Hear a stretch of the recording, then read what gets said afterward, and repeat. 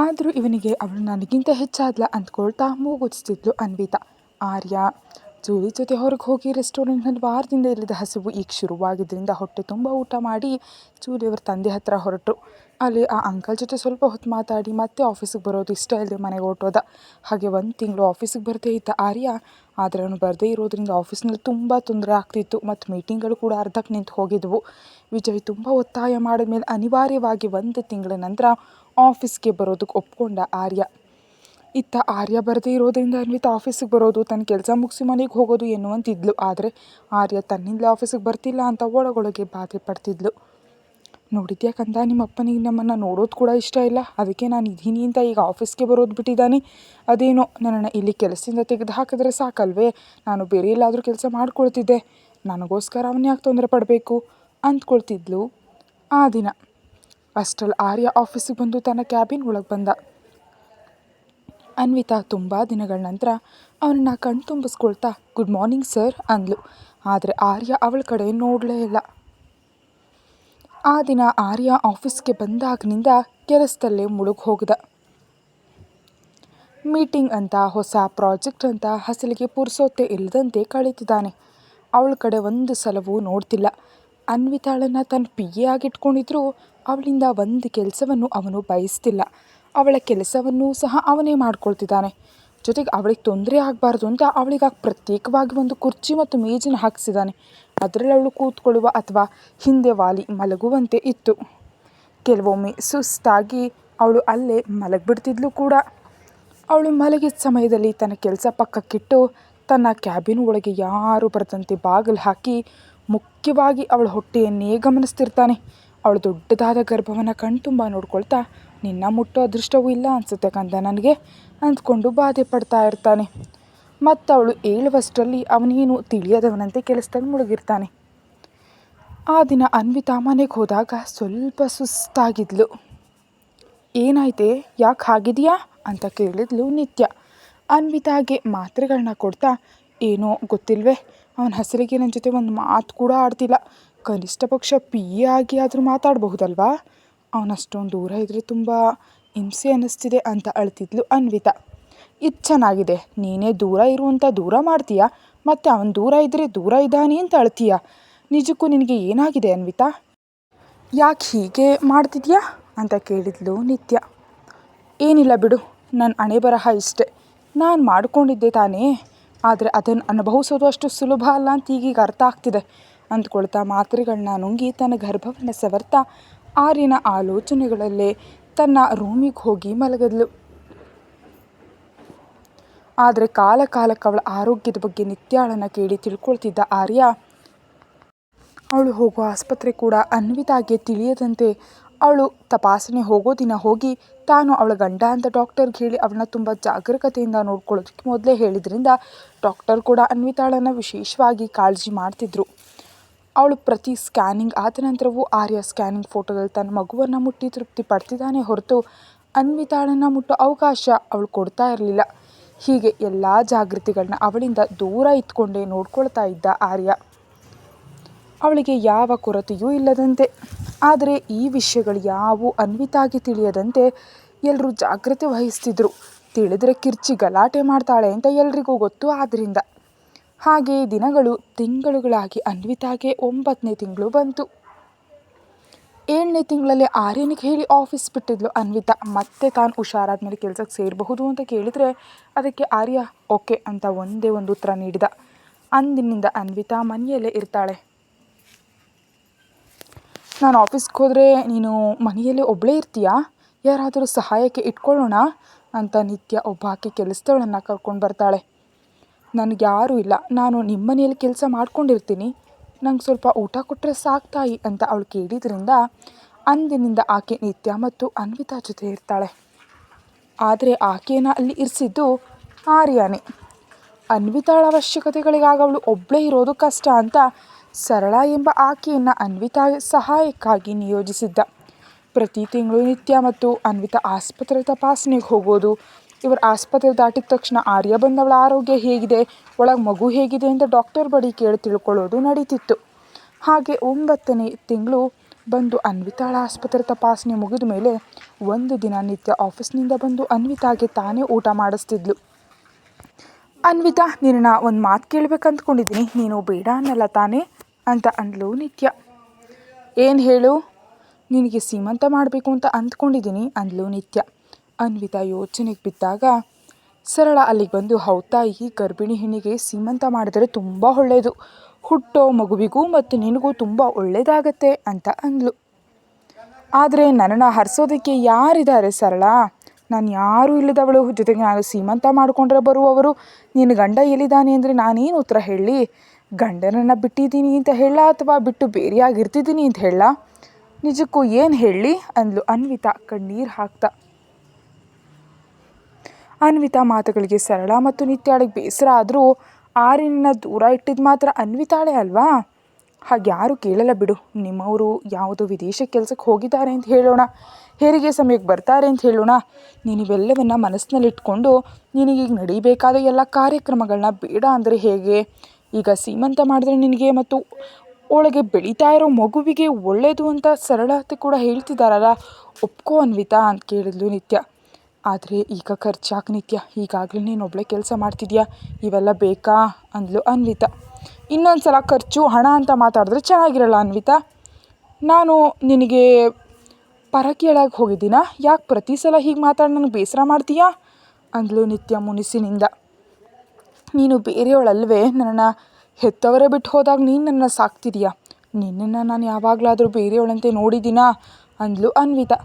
ಹಾಗಾದರೆ ನಾನು ಹೇಳಿದ್ದಕ್ಕೆ ನೀನು ಬೇಡ ಅನ್ನಬಾರ್ದು. ಸೀಮಂತಕ್ಕೆ ಒಪ್ಪಿಗೆ ಅಲ್ವಾ? ನಾನೆಲ್ಲವನ್ನ ರೆಡಿ ಮಾಡ್ತೀನಿ. ಹಾಗೆ ಪುರೋಹಿತರನ್ನ ಕೇಳಿ ಯಾವ ದಿನ ಚೆನ್ನಾಗಿದೆಯೋ ಆ ದಿನ ಇಟ್ಕೊಳ್ಳೋಣ. ನಿನಗೆ ಒಪ್ಪಿಗೆ ಅಲ್ವಾ? ಹ್ಞೂ, ನಿನ್ನಿಷ್ಟ ಅಂತ ಅನ್ವಿತಾ ಹೇಳಿದಾಗ ನಿತ್ಯ ಊಟ ಮಾಡಿಸಿದ್ಲು. ಹೊಟ್ಟೆ ತುಂಬ ಊಟ ಮಾಡಿ ಮಾತ್ರೆಗಳನ್ನ ತಗೊಂಡು ಮೆಲ್ಲಗೆ ವಾಕಿಂಗ್ ಮಾಡೋದಕ್ಕೆ ಶುರು ಮಾಡಿದ್ಲು ಅನ್ವಿತಾ. ತನ್ನ ಪಾಲಿಗೆ ಕೂಡ ಈ ಸಂಭ್ರಮಗಳನ್ನೆಲ್ಲ ಆಚರಿಸ್ಕೊಳ್ಬೇಕಂತಿತ್ತು, ಅದು ಕೂಡ ಆರ್ಯನ ಜೊತೆ. ಆದರೆ ಅದು ನಡೆಯೋ ಕೆಲಸ ಅಲ್ಲ. ಈ ಸೀಮಂತ ಮಾಡೋ ಯೋಚನೆಯನ್ನು ಕೂಡ ನಿತ್ಯಾಳಿಗೆ ಹೇಳಿದ ಆರ್ಯನೇ. ಆರ್ಯ ಹೇಳಿದ್ರಿಂದಲೇ ನಿತ್ಯ ಬಂದು ಅನ್ವಿತಾಳನ್ನು ಒಪ್ಪಿಸಿದ್ಲು. 4 ದಿನಗಳ ನಂತರ ಸೀಮಂತಕ್ಕೆ ಮುಹೂರ್ತ ಕೂಡಿ ಬಂದಿದ್ದರಿಂದ ಆ ದಿನ ಅವರ ಮನೆಯ ತೋಟದಲ್ಲಿ ಬಹಳ ವೈಭವದಿಂದ ಸೀಮಂತದ ಏರ್ಪಾಟುಗಳೆಲ್ಲ ನಡೀತಿವೆ. ಅವೆಲ್ಲವನ್ನು ಮಾಡಿಸ್ತಾ ಇರೋದು ಆರ್ಯನೇ. ಕಾರ್ಯಕ್ರಮದ ಏರ್ಪಾಟುಗಳನ್ನೆಲ್ಲ ಮುಗಿದ ಮೇಲೆ ಇಲ್ಲಿ ಅನ್ವಿತಾಳನ್ನು ಕೆಂಪು ಮತ್ತು ಹಸಿರು ಬಣ್ಣದ ಹಗುರವಾದ ಪಟ್ಟು ಸೀರೆಯುಟ್ಟು ಸುಂದರವಾಗಿ ಅಲಂಕರಿಸಿದ್ದಾರೆ ಬ್ಯೂಟಿಷಿಯನ್ಸ್. 9 ತಿಂಗಳ ಗರ್ಭಿಣಿಯಾಗಿ ಮೈಯೆಲ್ಲ ತುಸು ಊದ್ಕೊಂಡಿದ್ರು ತುಂಬ ಸುಂದರವಾಗಿ ಕಾಣ್ತಿದ್ಲು ಅನ್ವಿತಾ. ನಿತ್ಯ ಅವಳನ್ನ ಹೋಗಿ ನೋಡಿ, ಅಬ್ಬಾ ತುಂಬ ಮುದ್ದಾಗಿ ಕಾಣ್ತಿದೆಯಲ್ಲೇ, ಆರ್ಯ ನಿನ್ನ ಹೀಗೆ ನೋಡಿದ್ರೆ ಅಸಲಿಗೆ ಬಿಡೋದೇ ಇಲ್ಲ ಗೊತ್ತಾ ಅನ್ನುತ್ತಾ ಅನ್ವಿತಾಗೆ ದೃಷ್ಟಿ ಇಟ್ಟು, ತುಂಬ ಚೆನ್ನಾಗಿದೆ ಇರು, ನೀನು ಫೋಟೋ ತೆಗಿತೀನಿ ಅಂತ ಒಂದು 10 ಫೋಟೋ ತೆಗೆದವುಗಳನ್ನ ಆರ್ಯನಿಗೆ ಕಳಿಸಿದ್ಲು ನಿತ್ಯ. ಆರ್ಯ ತನ್ನ ಮನೆಯಲ್ಲೇ ಇದ್ದು ಅಲ್ಲಿ ನಡೀತಿರೋ ನೇರ ಪ್ರಸಾರವನ್ನು ಮತ್ತು ನಿತ್ಯ ಕಳಿಸಿದ ಫೋಟೋಗಳನ್ನ ನೋಡ್ತಾ ಅನ್ವಿತಾಳ ಫೋಟೋವನ್ನು ಸವರ್ತಾ, ನೀನು ಪಕ್ಕದಲ್ಲಿ ನಿಲ್ಲೋ ಅರ್ಹತೆಯೂ ಇಲ್ವಾ ನನಗೆ ಅಂದ್ಕೊಳ್ತಾ ಇದ್ದ. ಮುತ್ತೈದೆಯರು ಬಂದು ಅನ್ವಿತಾಳನ್ನು ಕರ್ಕೊಂಡು ಹೋಗಿ ಮಹಾರಾಣಿ ಕುರ್ಚಿಯಲ್ಲಿ ಕೂರಿಸಿ ಅವಳಿಗೆ ಅರಿಶಿಣ ಕುಂಕುಮ ಹಚ್ಚಿ ಕೈಗಳಿಗೆ ಬಳೆ ತೋಡಿಸಿ ಅವಳ ಮಡಿಲು ತುಂಬುತ್ತಿದ್ದರು. ಅದನ್ನೆಲ್ಲ ಲೈವ್ನಲ್ಲಿ ನೋಡ್ತಾ ಇದ್ದಾನೆ ಆರ್ಯ. ಒಬ್ಬೊಬ್ಬರೇ ಬಂದು ಅನ್ವಿತಾಳನ್ನು ಹರಿಸಿ ಅಕ್ಷತೆ ಹಾಕಿ ಹೋಗ್ತಾ ಇದ್ದಾರೆ. ಎಷ್ಟು ಜನ ಇದ್ದರೂ ಗಂಡ ಕೊಡೋ ಹರಸುವಿಕೆಯೇ ಬೇರೆ ಅಲ್ವಾ? ಅನ್ವಿತಾ ಕೂಡ ಈಗ ಆ ಕೊರತೆ ತಿಳಿತಿದೆ. ನಿತ್ಯ ಕೂಡ ಎಲ್ರನ್ನ ಕರೆಯುವಾಗ ಅನ್ವಿತಾಳ ಗಂಡ ಬೇರೆ ಊರಿನಲ್ಲಿದ್ದಾರೆ, ಅವ್ರು ಬರೋದಕ್ಕೆ ತಡವಾಗುತ್ತೆ, ಅಷ್ಟರಲ್ಲಿ ಹೆರಿಗೆ ಆಗಬಹುದು ಅಂತ ಮೊದಲೇ ಸೀಮಂತ ಮಾಡ್ತಿದ್ದೀವಿ ಅಂತ ಎಲ್ರಿಗೂ ಹೇಳಿದ್ರಿಂದ ಅಲ್ಲಿ ಯಾರೂ ಕೂಡ ಅನ್ವಿತಾಳ ಗಂಡನ ಬಗ್ಗೆ ಮಾತಾಡಲಿಲ್ಲ. ಸೀಮಂತದ ಕಾರ್ಯಕ್ರಮ ಮುಗಿಯುವಷ್ಟರಲ್ಲಿ ರಾತ್ರಿ ಆಯಿತು.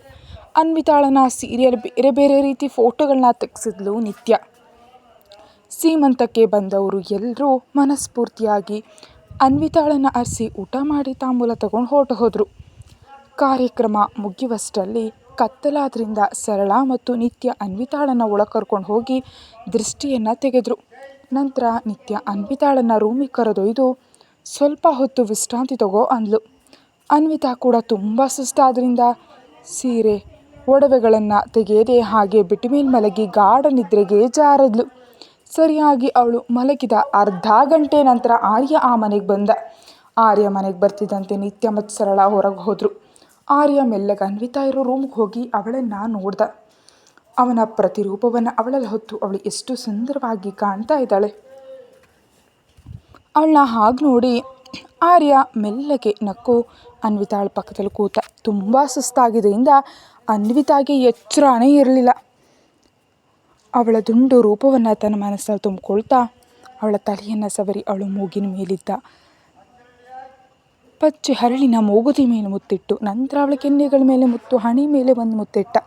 ಅವನ ಮೀಸೆ ಚುಚ್ಚಿ ಅನ್ವಿತಾ ಸ್ವಲ್ಪ ಅಲುಗಾಡಿ ಒಂದು ಕಡೆ ತಿರುಗಿ ಮಲಕ್ಕೊಂಡ್ಳು. ಅವಳು ಹಾಗೆ ಮಲಗಿದ್ರಿಂದ ಅವಳ ಗರ್ಭ ಅವನಿಗೆ ಕಾಣಿಸಿ ಮೆಲ್ಲಗೆ ನಡಕ್ತಿರೋ ಕೈಯಿಂದ ಕಣ್ಣು ತುಂಬ ನೀರು ತುಂಬಿಕೊಂಡು ಅನ್ವಿತಾಳ ಹೊಟ್ಟೆ ಮೇಲೆ ಕೈ ಇಟ್ಟ. ಒಳಗಿರೋ ಮಗುವಿಗೆ ಮೊದಲ ಬಾರಿಗೆ ತಂದೆ ತನ್ನನ್ನು ಹಾಗೆ ಮುಟ್ಟಿದ್ದಾನೆ ಅಂತ ತಿಳಿತೋ ಏನೋ. ಮಗು ಅಷ್ಟರಲ್ಲೇ ಹೊಟ್ಟೆಯಲ್ಲಿ ಆಟವಾಡೋದಕ್ಕೆ ಶುರು ಮಾಡಿತು.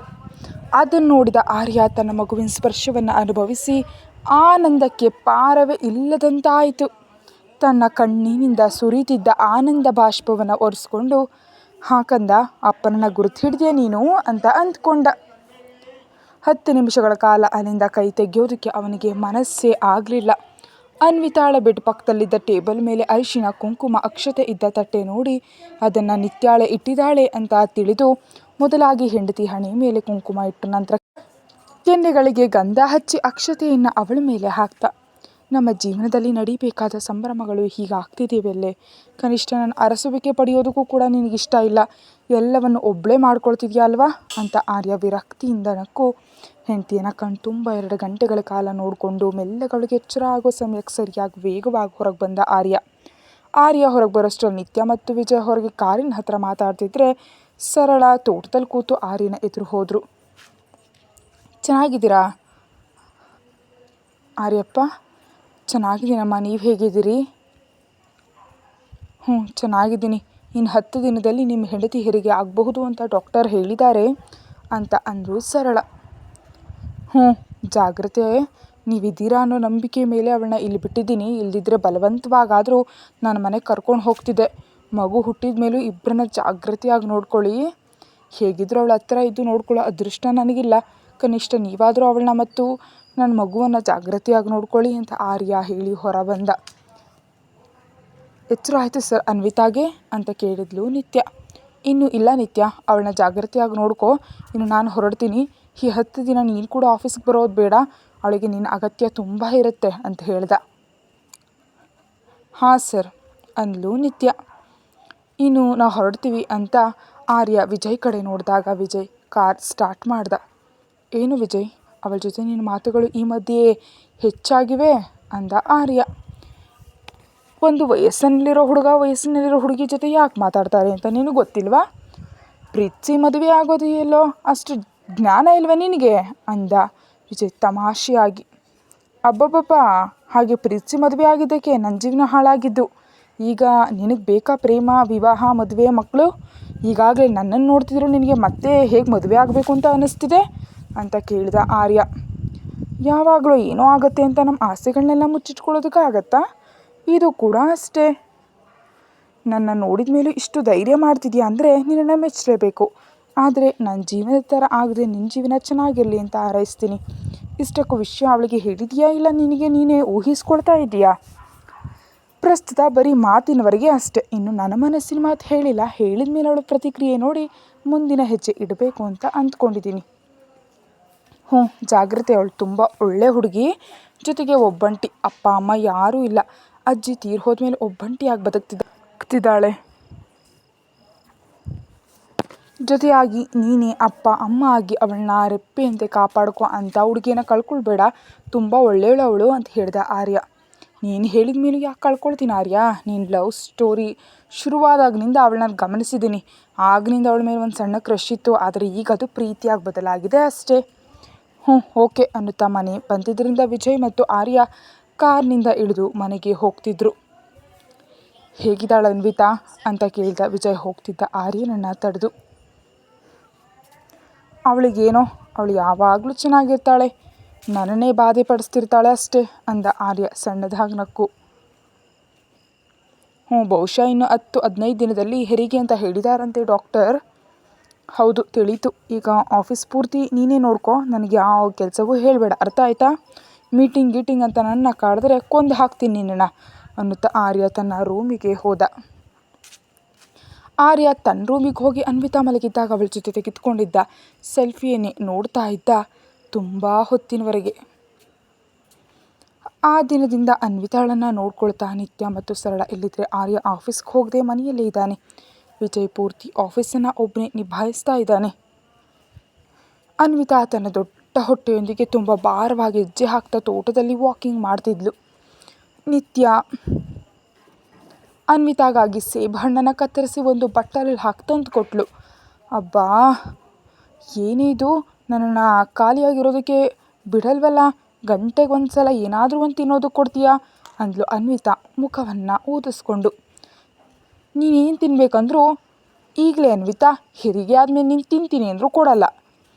ಆಗ ಹೀಗೆ ಏನು ಬೇಕೋ ಅದನ್ನು ತಿನ್ನೋದಕ್ಕೆ ಬಿಡಲ್ಲ. ನಿನಗೇನು ತಿನ್ಬೇಕನ್ನಿಸ್ತೋ ಈಗಲೇ ಹೇಳು, ನಾನು ಮಾಡಿಕೊಡ್ತೀನಿ. ಅಥವಾ ಹೊರಗಿನಿಂದ ತರಿಸೋಣ. ಹೆರಿಗೆ ಆದಮೇಲೆ 3 ತಿಂಗಳವರೆಗೆ ನೀನೇನು ತಿನ್ನಬೇಕು ಅಂದರೂ ಆಗಲ್ಲ. ಹುಟ್ಟೋ ಮಕ್ಕಳು ನೀನು ಹಾಲು ಕುಡಿಯೋದ್ರಿಂದ ನೀನು ಸರಿಯಾದ ಊಟ ಮಾಡಬೇಕಾಗುತ್ತೆ ಅಂದರು ಸರಳ. ಹೌದು, ಆದರೆ ನನಗೀಗ ಏನು ತಿನ್ನಬೇಕು ಅಂತ ಇಲ್ಲ. ಆದರೆ ನಾನು ಕಾಲೇಜ್ನಲ್ಲಿದ್ದಾಗ ಆರ್ಯ ಚಿಕನ್ ಸಾರು ಮಾಡ್ತಿದ್ದ.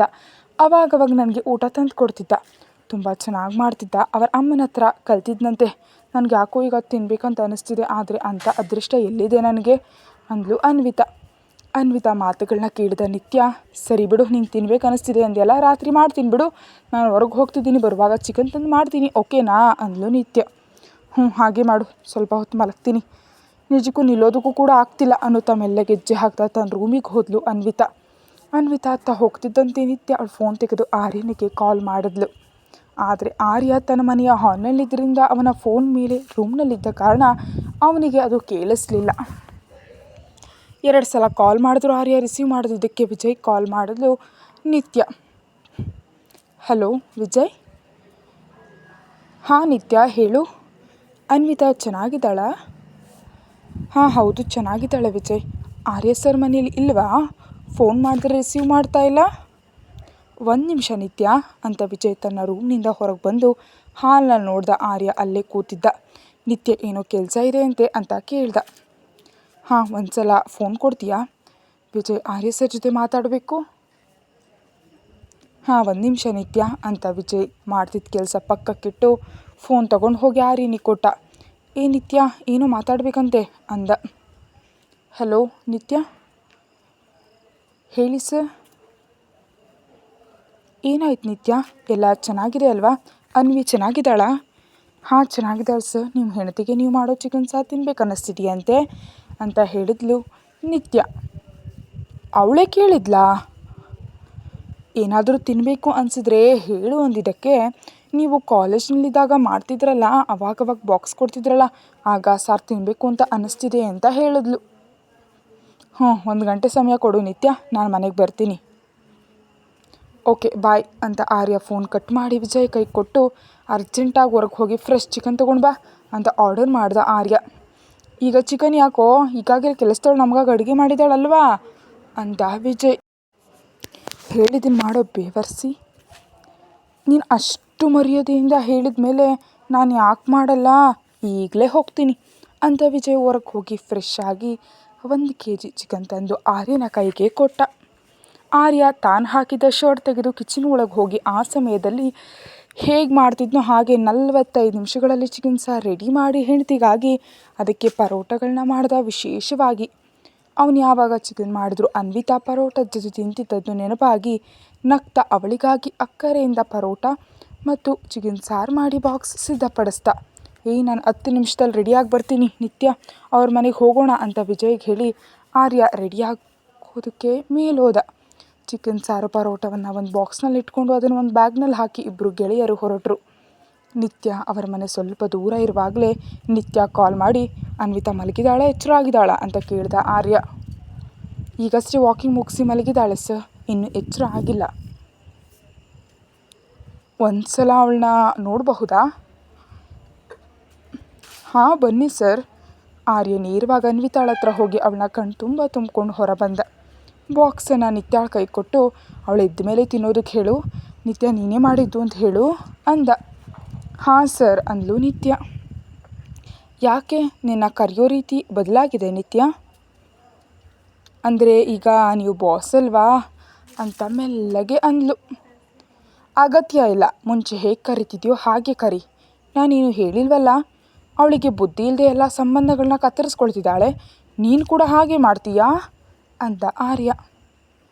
ಅದೇನು ಇಲ್ಲ ಅಣ್ಣ ಅಂದ್ಲು ನಿತ್ಯ ಮೆಲ್ಲಗೆ. ಕತೆ ಮುಂದುವರಿಯುತ್ತೆ. ಹೆಚ್ಚಿನ ವೀಡಿಯೋಗಾಗಿ ಮೆಂಬರ್ಶಿಪ್ ತಗೊಂಡು ಎಲ್ರಿಗಿಂತ ವೀಡಿಯೋ ಮೊದಲೇ ನೋಡಿ. Thank you.